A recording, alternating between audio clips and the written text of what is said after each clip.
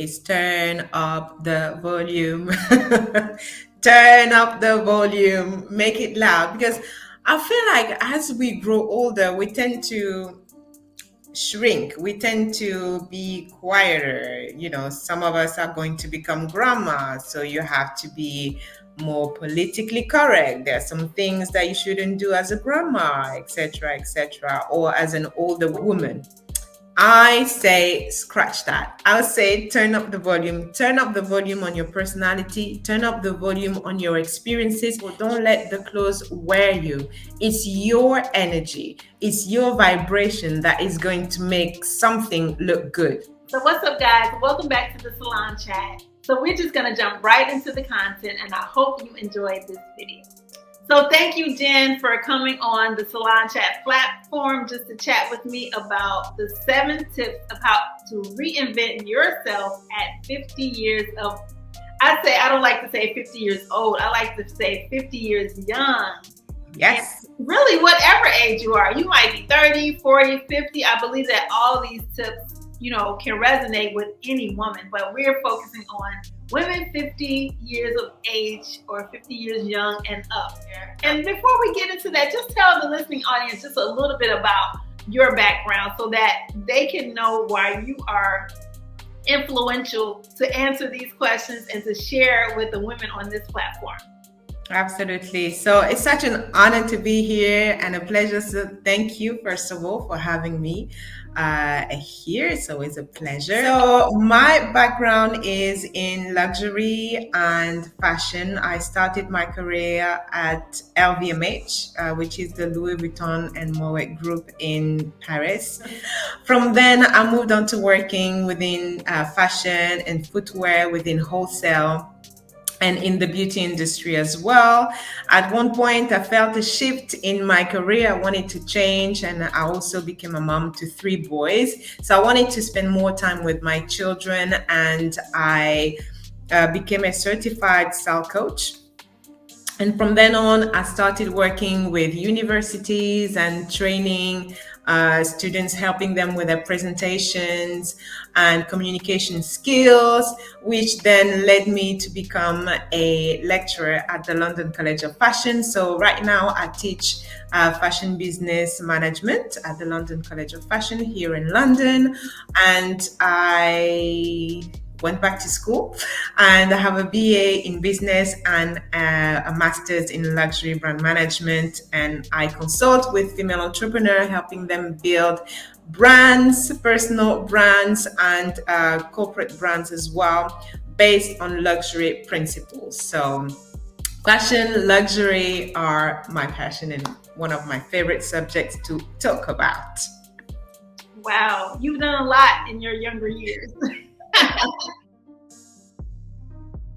When I think of being bolder, I think of women who have gone gray. We're exposing so much more of our mindset, and it's just like, it's real spiritual. Like it was for me, because I was like, why do I keep covering myself up? Why do I not love my gray hair? So that's a part of our being bold. I feel like when we finally, just chop all that color off, and or even just grow it out. It's still a process, because if you grow it out, you're looking at the gray hair and you're looking at the darker hair or whatever color hair you're growing out from. It can be a little daunting experience. So tell us how we can be bolder as we reinvent ourselves at 50 plus, or even after we go gray. You know what you mentioned? You talked about why you kept, hiding yourself, right? Coloring your hair when it started to become gray. I haven't gone through that stage yet, but I have friends, same age as me, whose hair have started, to go gray. And one of my friends is in America, actually. And I just said to her, you know what? You just have to flaunt it. So the first step, I believe, in being or becoming bolder as you reinvent yourself is acceptance.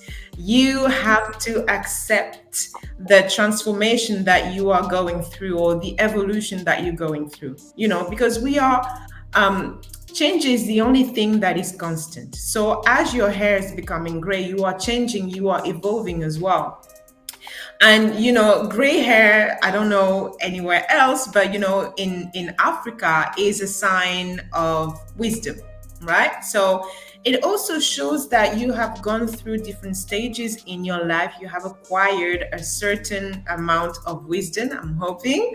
And now it's time to step into a new version of yourself, like literally. And you can see it physically because your hair is changing, the color is changing. So it's a new version of yourself. So you have to accept that. And in order for you to be bolder, you have to embrace who you are right now and where you are right now, this specific stage. So the first step to being bolder as you are reinventing yourself and growing and developing is to accept.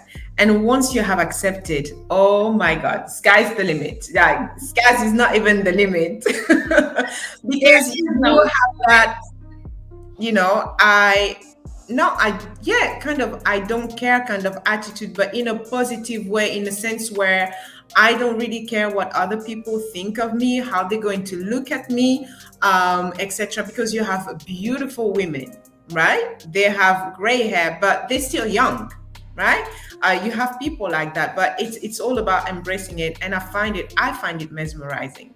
When I see people who have gone gray before their age, I find it just beautiful and just mesmerizing. It's just something else. So acceptance is the first stage to you becoming bolder, because when you are bolder, your level of confidence increases. It has to increase, otherwise you can't. So in order for you to be confident, you have to embrace yourself. You have to embrace where you are right now, and you have to 100, 200, 300% love yourself exactly the way you are. That's so important. And I think of being bold, when we exhibit that boldness, I think of energy. Like, Mhm. especially when we're out in the world and people can see us, because everybody is looking like, a lot of times I know when people look at me, they're like, is her hair platinum? Did she color it? And that's the first, they'll literally say, I love your color. Uh-huh. Oh, wow. I'll just say thank you. Uh-huh. Because, and then some might ask, if they don't ask, I don't tell. But if they Right. ask, they're like, no, it's just my natural hair. And he's like, what? Uh-huh. So yeah, that tip of being bolder is a very first step of how to reinvent yourself after age 50. The tip number 2 is focusing on change, and that's changing your hair, changing your wardrobe, and exercising. So you want Yes. to talk a little bit about those, Jen? Absolutely.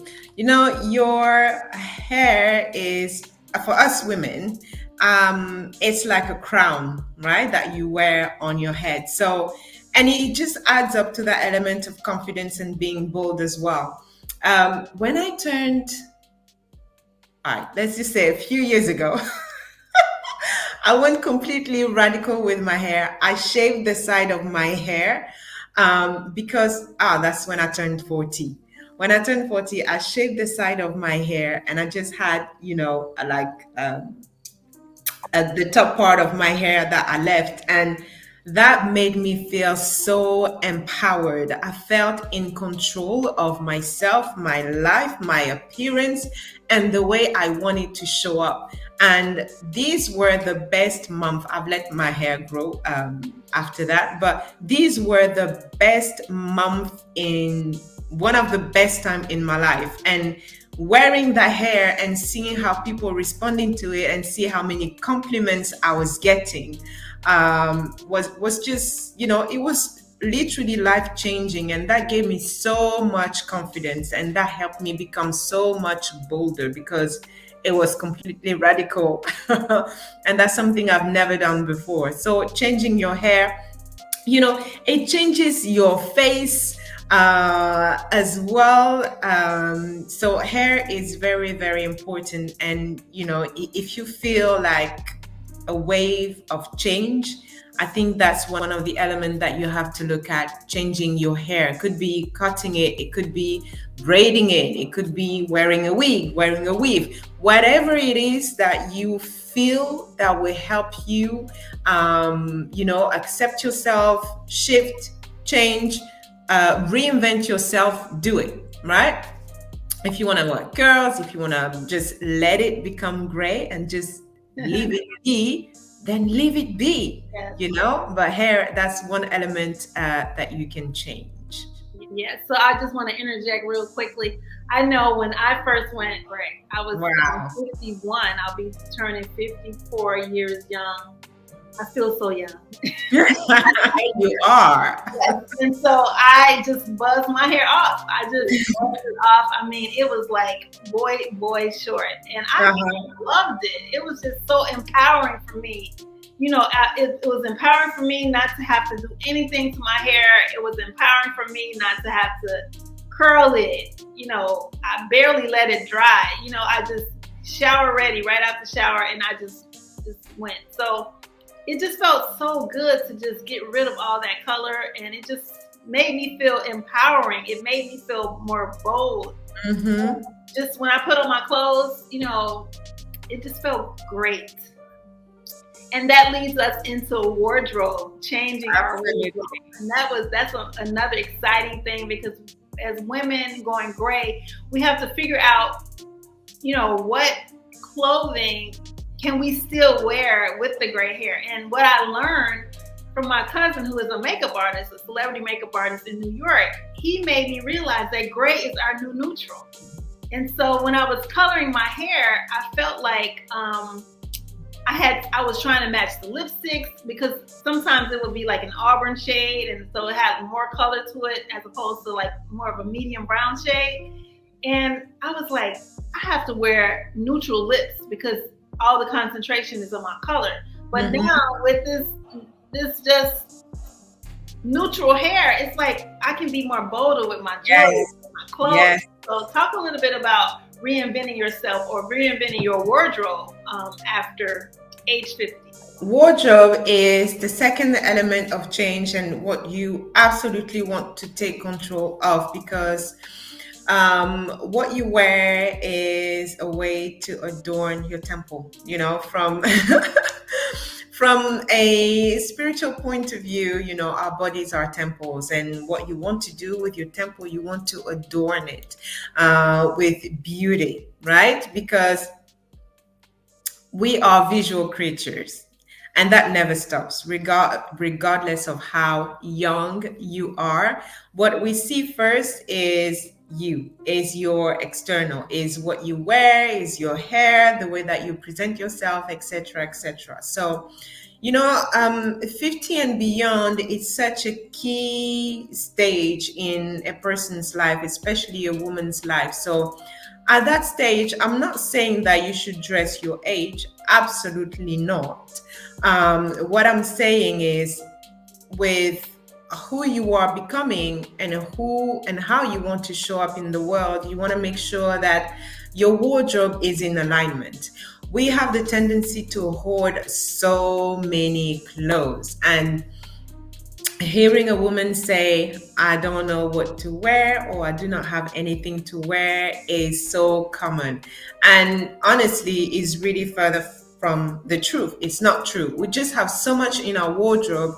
Maybe we do not know how to pair it. We do not know what goes with what. We don't have a clear understanding of our personal style, which is something that Sharon can help you with. And we don't understand our body shape and how to balance our proportions as well, which leave you with a sense of confusion as to what am I going to wear, or how I'm going to wear this and how I'm going to wear that. So you need to understand the basics, that forms a wardrobe according to your personality, your style personality, and the way that you want to show up. So if you want to show up as a bold person, make sure that you incorporate colors, different textures, etc.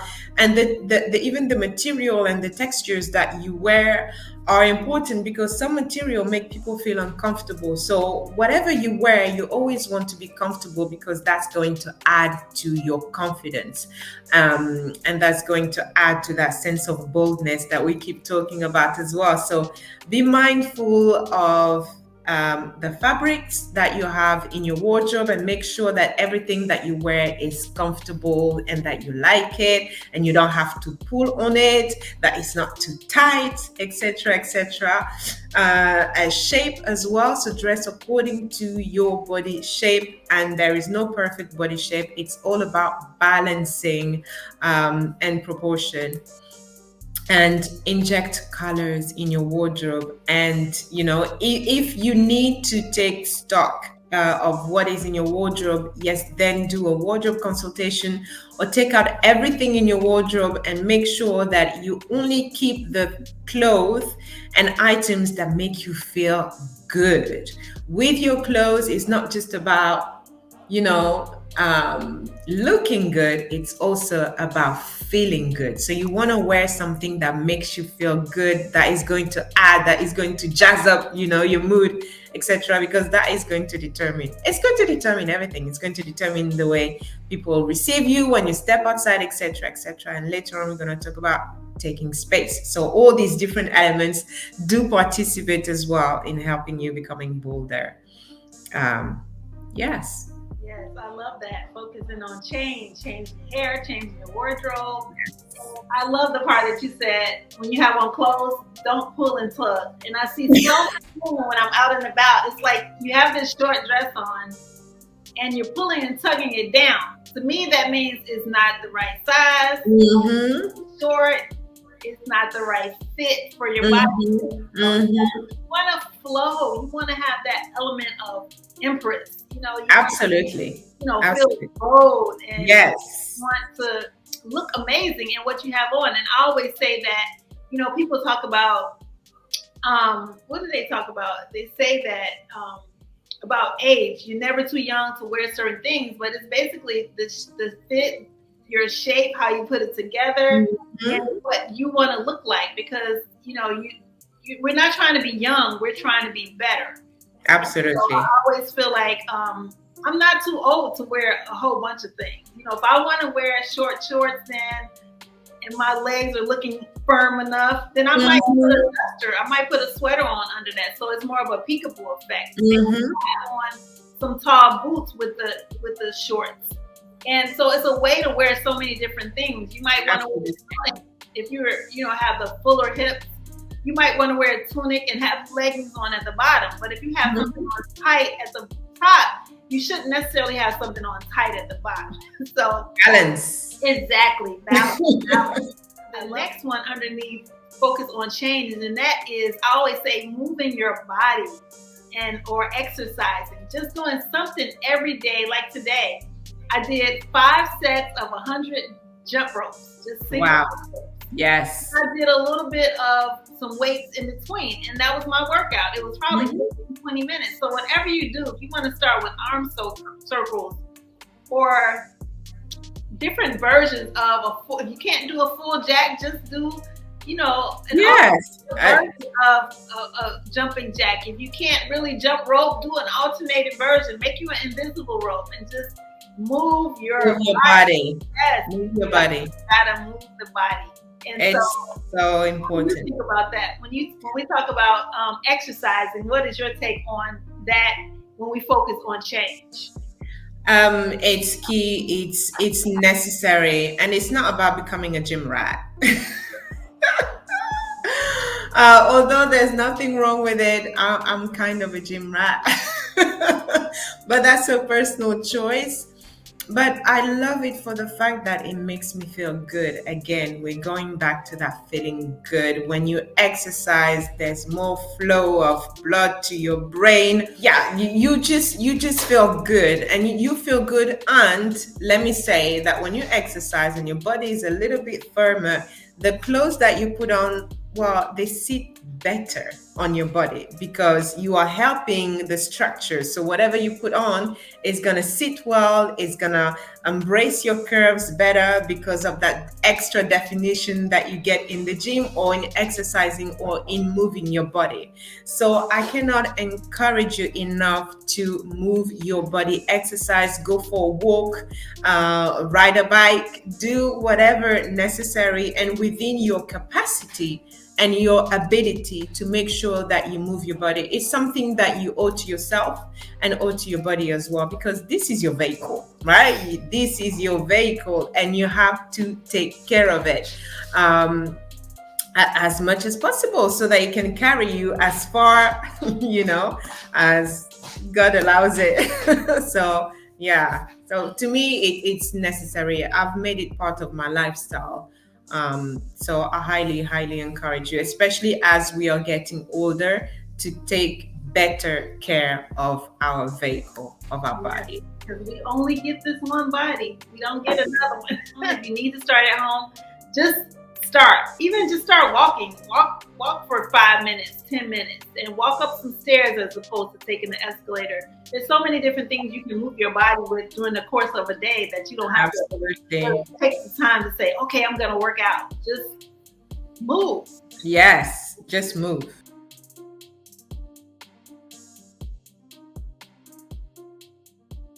Think about a uniform, you're thinking about something you have to go to work with every day, but give our listening audience an explanation of your tip and how to reinvent yourself by stop uniforming. Absolutely. So that is tip number 3, right? Stop uniforming. Just add personality and creativity to whatever you are wearing, right? We can get so caught up in our day-to-day, especially if you work in a corporate environment where sometimes in some settings, yes, you do have, to dress according to a certain dress code. But even if you have a certain dress code, you can jazz it up. You can always inject some elements, that add or showcase your personality. It can be a scarf.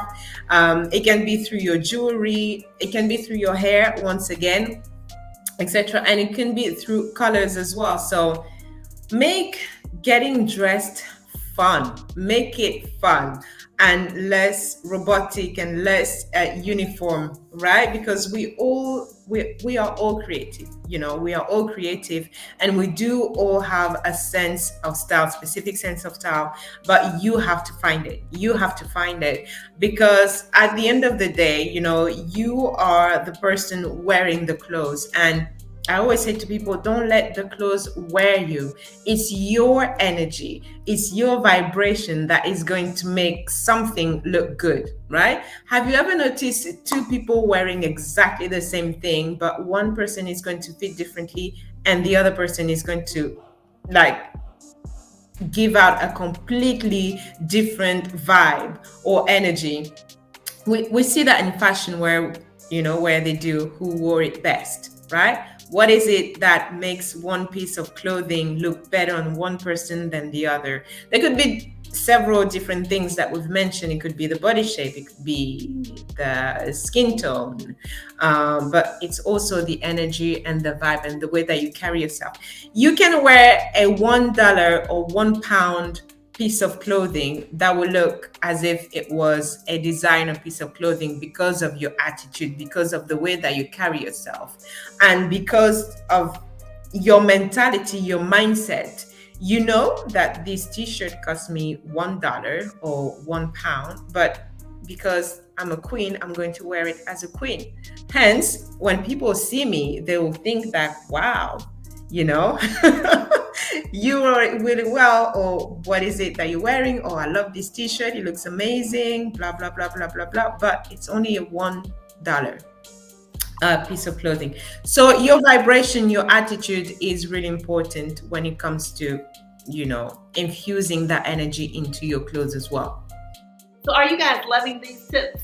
I hope so. And make sure that you comment down below if any of these tips so far resonate with you.